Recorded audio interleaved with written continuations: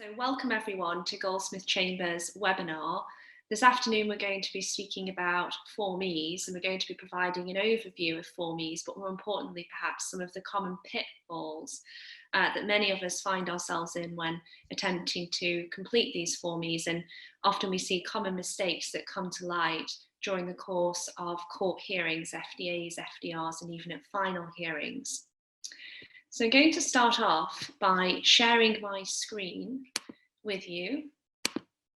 If Shárin could allow me to do that.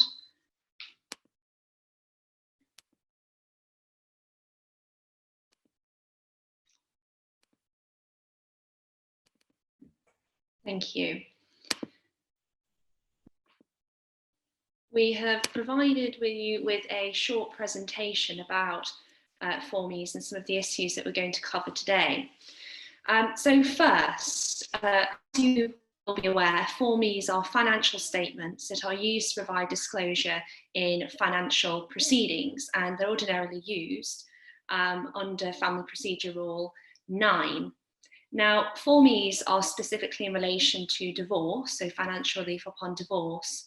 In contrast, Form E1, which you may also have come across, is slightly different and more nuanced, where certain other information is sought, and that is a statement for use in proceedings for financial remedy other than a financial order on divorce. And in addition, there is a Form E2, which is a statement for use in proceedings to vary a financial remedy that may have already been ordered by the court. So, for example, Form E1 is regularly used for Schedule 1 Children Act proceedings, where one is not applying for a divorce, but instead applying for something akin to maintenance or a financial order in order to provide for your child. Now, within a Form E, it's incredibly important that all of the financial circumstances of your client are set out in full and frank detail, and furthermore, that disclosure is full, frank, and full. So one does not only need to include information in terms of completing it and answering all of the questions, but it's important that you provide supporting documents, which both Shárin and I will speak to you about further in this presentation. Now, importantly, Form E's are always verified by a statement of truth. And so the client will sign that statement of truth, confirming that all of the information is correct. Now, again, that's incredibly important in acknowledging the fact that the court will place great reliance upon the information that's contained within this form. And I've seen in many circumstances final hearings where my client, or indeed an opposing client, has been taken to their statement of truth within their Form E, and it's been highlighted to them that they have signed this statement. So why then are the contents apparently incorrect? To which they often say, I don't know, or the solicitor has completed this for me, and try to rebuff the fact that they have signed this statement of truth. So I can only press upon you the importance of making sure that all of that information is correct, or it could come back to bite your client later down the line. Now, Form E is filed and served at least 35 days before the first appointment. And when a Form A is sent to the court to confirm that your client is seeking a financial remedy upon divorce, then ordinarily you'll see case management directions that are sent through by the court, including directions for filing a Form E and other forms of information such as a chronology and case summary in advance of a first appointment hearing. Now, under Chapter 5, there is a fast-track procedure where a Form E is filed and served within 21 days after that application for financial order is issued. This is, as we're starting to see, more commonplace, but of course with COVID-19, there has been extensive delays in issuing financial remedy proceedings and receiving notification from the court as to next steps and case management. Now, some of the important questions that have been identified by our solicitors are, for instance, within the Form E, you are asked to complete section 1.5, where it says, what was the date of separation?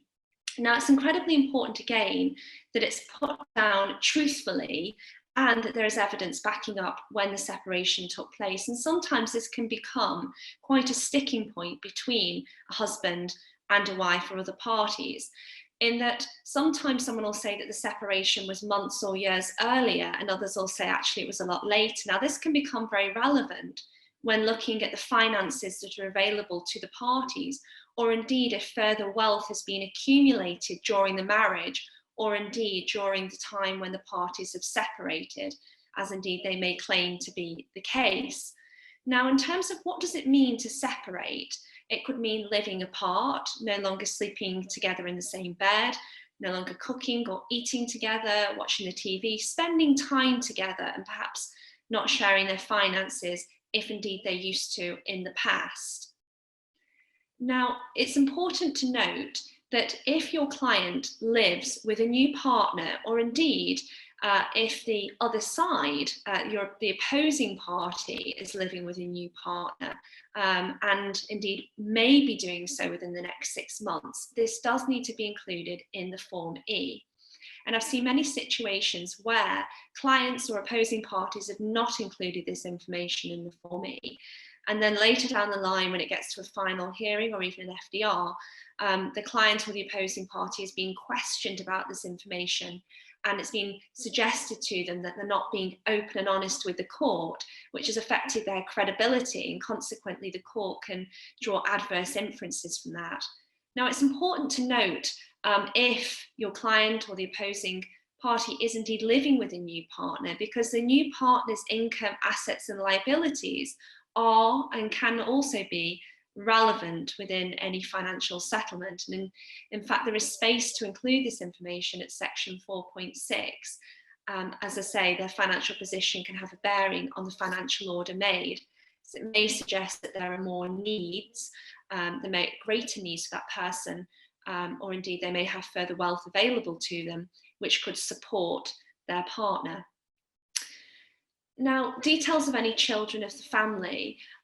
It's important to include all children that your client or the opposing party may have responsibility for.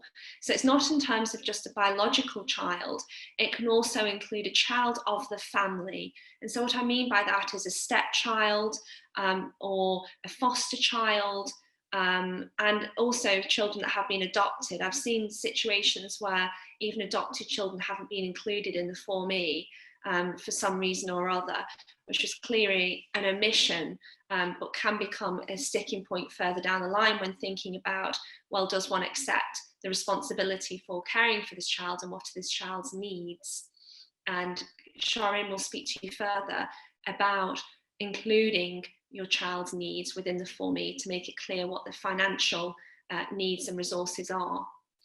Now, it's important to include your client's health if your client has a particular health condition which affects their ability to work. So there has to be a nexus between the health condition of your client, or indeed of the other party, and potentially their ability to work, or the needs, so that the person's needs that may increase as a result of their physical ailment. So we're not talking about here having hay fever or a minor ailment with a finger, but what we're talking about is a physical or mental disability, such as long-term sickness. The court doesn't need to be bothered with minor ailments. And in fact, when they can become rather minor, and if one party is still pushing to include the state of health within their case and asking the court to consider that when deciding on a financial settlement, it may be that you end up with an expert report from a medical practitioner to confirm whether that person does have a medical problem, and also what impact that may have upon their earning potential in the future. So it's important to make sure that these issues are live and that they are evidenced. Also include the present and future educational arrangements for the children. So for instance, if a child currently attends a private school, then the school's details will be required, but also the fees that are charged by that particular school. And it may be that moving into the future, one cannot continue to afford to pay those school fees, and so that would need to be made clear in the Form E. Property. It's obviously important to make sure that your client includes all details related to any property that they own in their sole name or in joint names with any other person, including the opposing party. If the property is held in terms of different legal ownership or beneficial ownership structures, then that needs to be set out in detail in the Form E.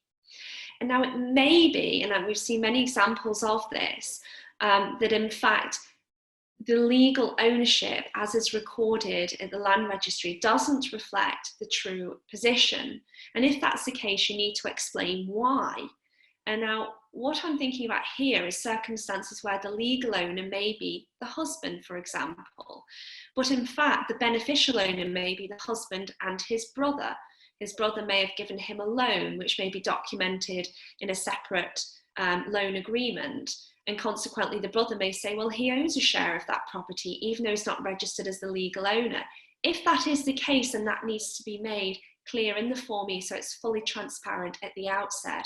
If it's not included at this stage and it arises as an issue at an FDA or at the next hearing at an FDR, then there could be cost consequences for not bring that to the attention of the party and also the court, because the brother in that situation may have a beneficial interest in that property and may claim beneficial ownership, such that they may need to intervene in proceedings to assert their right to the property. So it's important that that's set out, and if there are any accompanying documents such as a declaration of trust or any signed agreement between the parties, even if it's done on an informal basis, that needs to be attached to the Form E in terms of the disclosure set out. Now, it's important that the market value of the property, wherever possible, is agreed with the other side. And often this can take place by 3 market appraisals. If it's not agreed prior to submitting the Form E, then it's usually agreed at an FDA stage or certainly before an FDR. It's important to set out the balance outstanding on any mortgage, and this can be set out in a mortgage redemption statement, and ordinarily that would be included in the disclosure that you send to the court and the other parties. Don't forget to include the penalties that are payable on the mortgage if the property is sold early, because often there can be quite a significant financial cost that is incurred, and that needs to be made clear again, because that can reduce the financial resources available to the parties. Also estimate the cost of sale, and usually I see around 3% of the market value being set out in terms of what it will cost to sell this property. But if there's anything particularly exceptional about the property, for example, that it includes land or it includes outbuildings, something with planning permission, then you may need an expert report confirming from a surveyor or an expert estate agent setting out what the value is, and that may also result in the cost of sale being slightly increased. And if there are costs incurred as a result of getting an expert report, they are usually shared between the parties. Bank accounts. Details of all personal bank accounts, of course, must be set out in the Form E, and all accounts that anyone, and your client included, has an interest in. So if he, for example, is not the legal named account holder of that bank statement, but he has a beneficial interest, say in his mother's account, then it must be set out again what accounts he holds and what the balance of those accounts is, and whether there are any other account holders as such.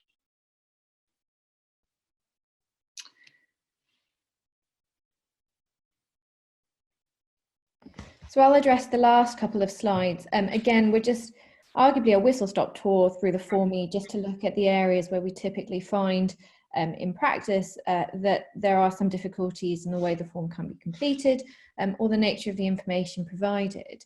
Looking now at section 2, and in particular financial details about monies that are owed to the client or to your client, you'll see here on the slide examples of the types of money that should be included under 2.6 in the form.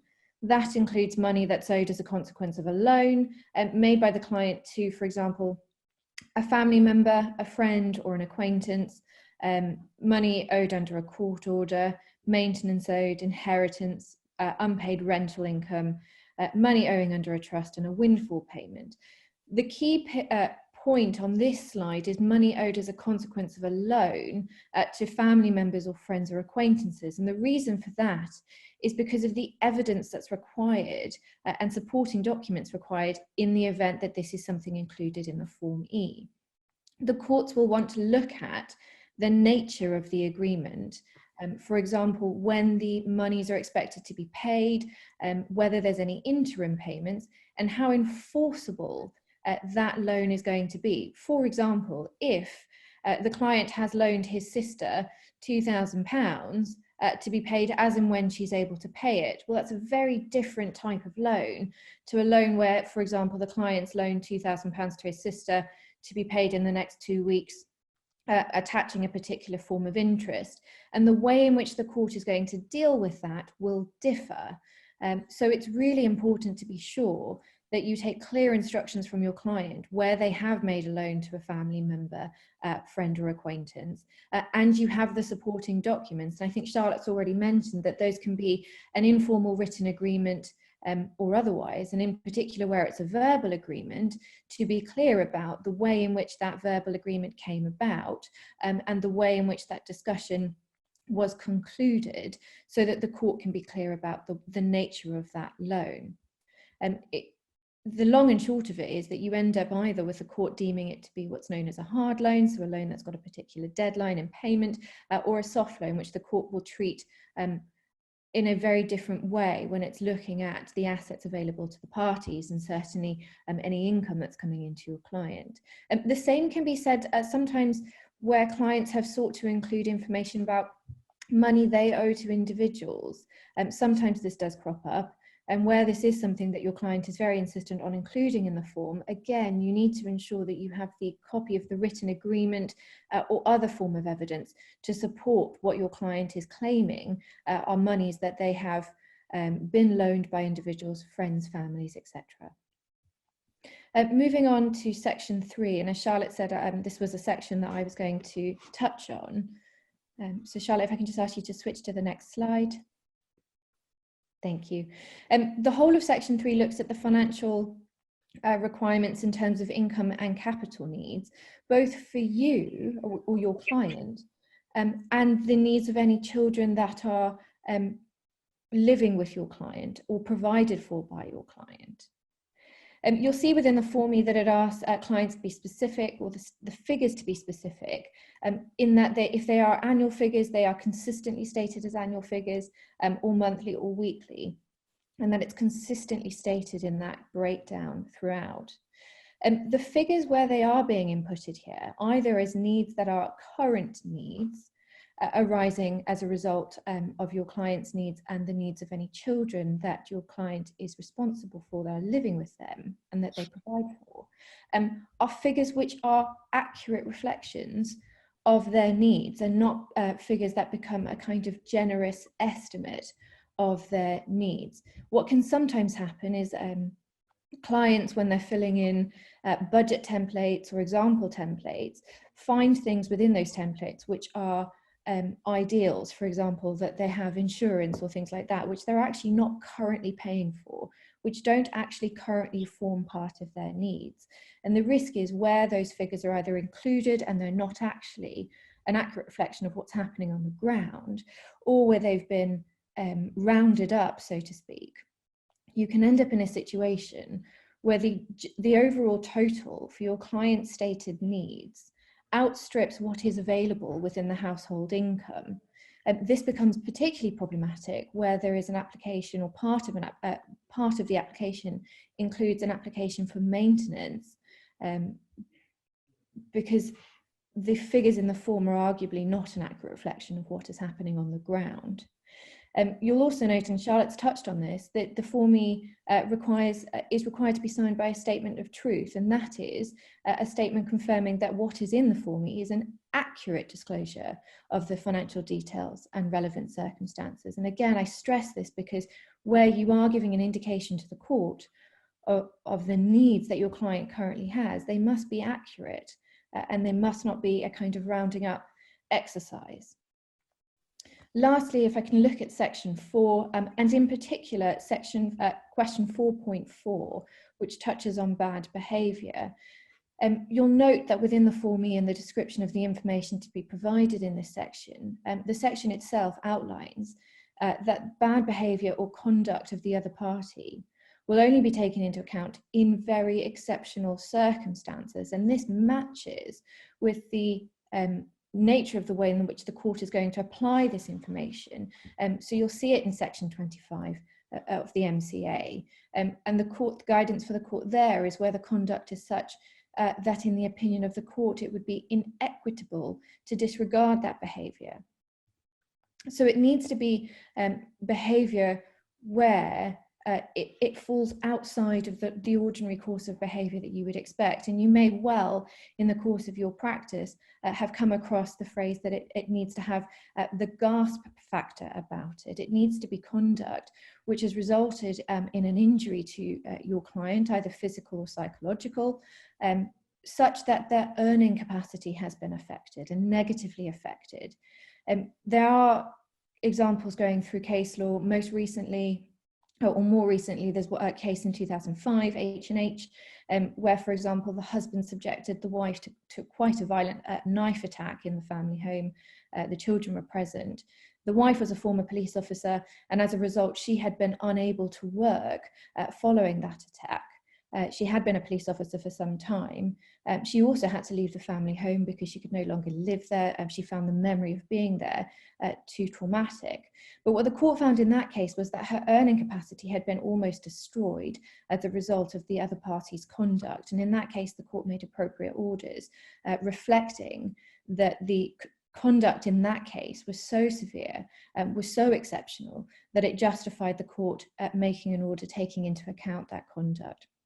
So what you can see there is when the court does look at the issue of conduct, arguably adultery on its own, and certainly some of the unreasonable behaviour that your client may well have relied on in the application for divorce, will not necessarily on its own give rise to a conduct point within the Form E. And the other point to bear in mind is also where conduct is going to be raised, and it's being indicated that it is a matter where earning potential or earning capacity has been reduced as a result, you may well need to give consideration to expert reports to be able to show that nexus, again, that Charlotte was talking about earlier, the nexus between the behaviour or conduct and the injury which resulted, and therefore the impact on earning capacity or the reduction in the same. So that's why I've sought to highlight 4.4 in particular. Charlotte, I'm going to hand back to you, just in case there's any other points that you wanted to raise. Thank you, Shárin. Well, I hope that we've been able to provide you with a snapshot of some of the common pitfalls of Form Es. And the only comment that I would end on is simply in respect of business interests. And if your client has a business interest, it's important to include all of the documentation from Companies House, assuming it's registered there, including the company accounts of the last 12 months.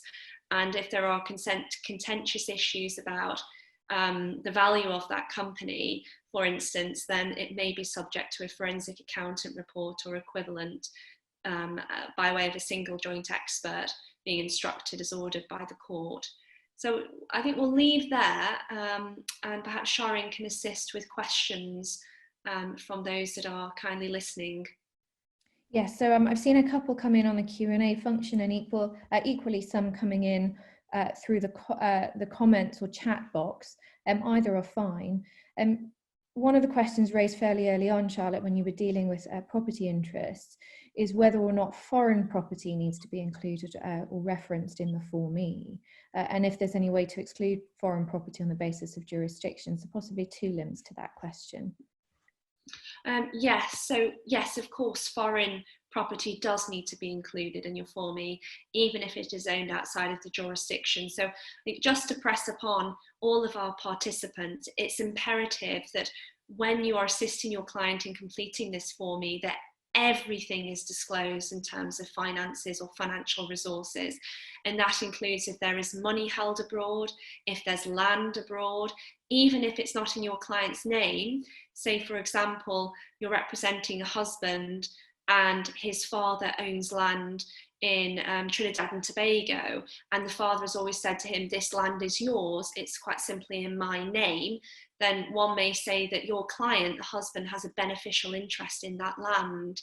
Now that would then need to be disclosed on the Form E. So yes, everything must be disclosed, including accounts that are abroad, particularly those in offshore accounts. There is no getting around that, and there are no exceptions to that rule.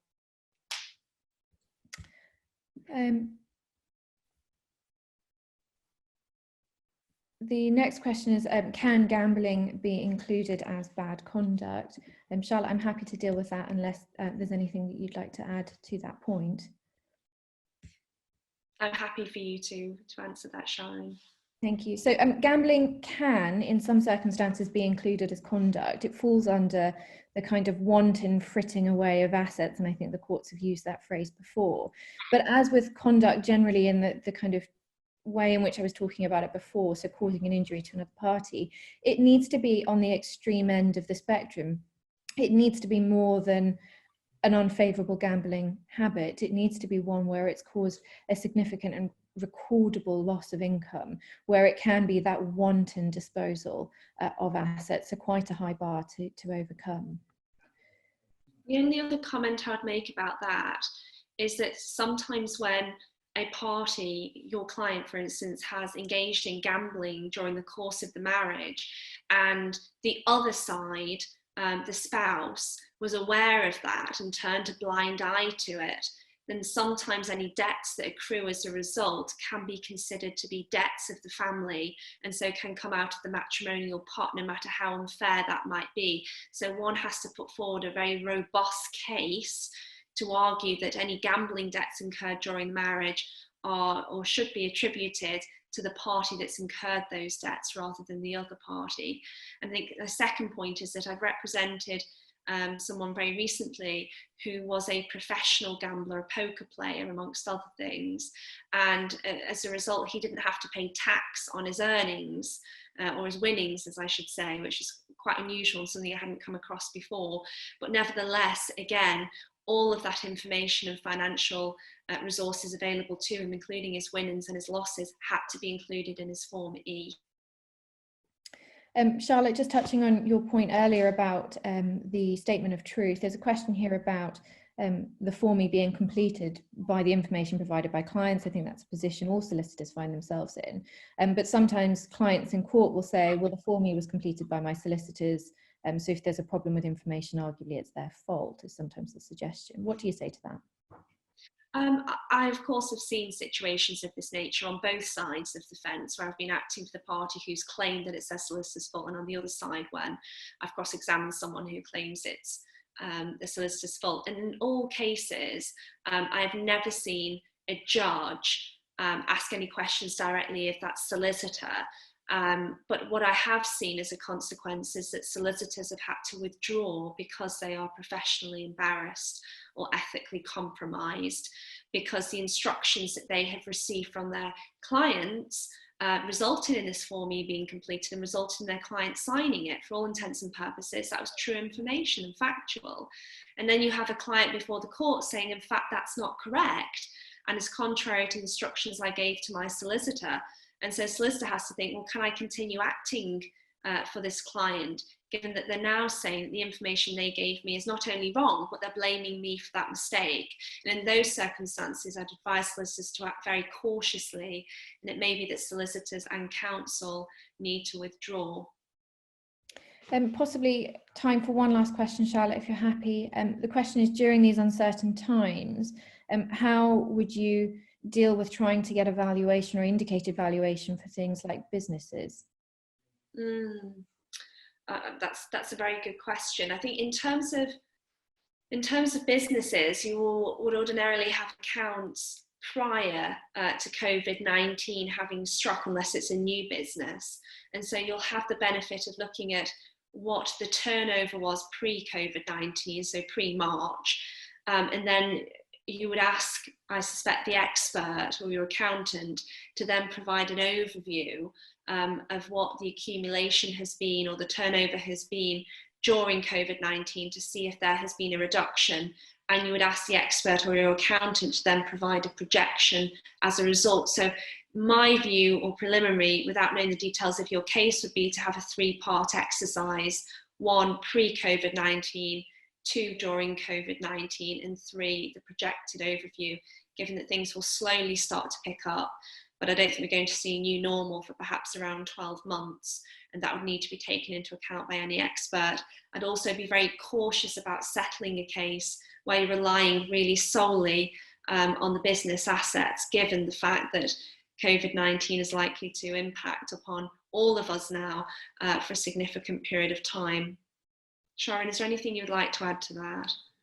No, I think that's probably the best thing we can do. It's really about trying to do what you can in the circumstances. And I agree that we find ourselves in a very difficult position in trying to anticipate quite how COVID-19 is going to have affected all industries, and therefore echo just what you say about being cautious about settling any cases at this stage, given the difficulties we see.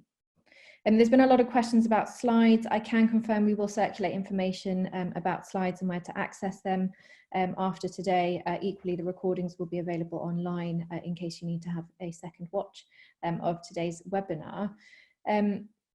We said we'd keep it to half an hour. I think we're just at our half an hour mark now, so I propose closing. There are some questions we didn't have time to get round to.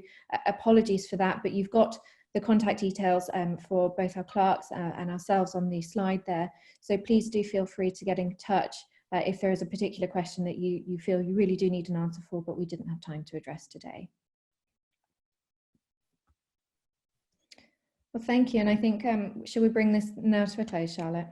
Yes, thank you very much to everyone who has signed in to listen to this presentation. And I'm informed by Shárin that it will be available online for you should you wish to go back and listen to any of the information that we've covered, or indeed to circulate it with your networks. We'd be very grateful. So thank you again, and keep safe and well.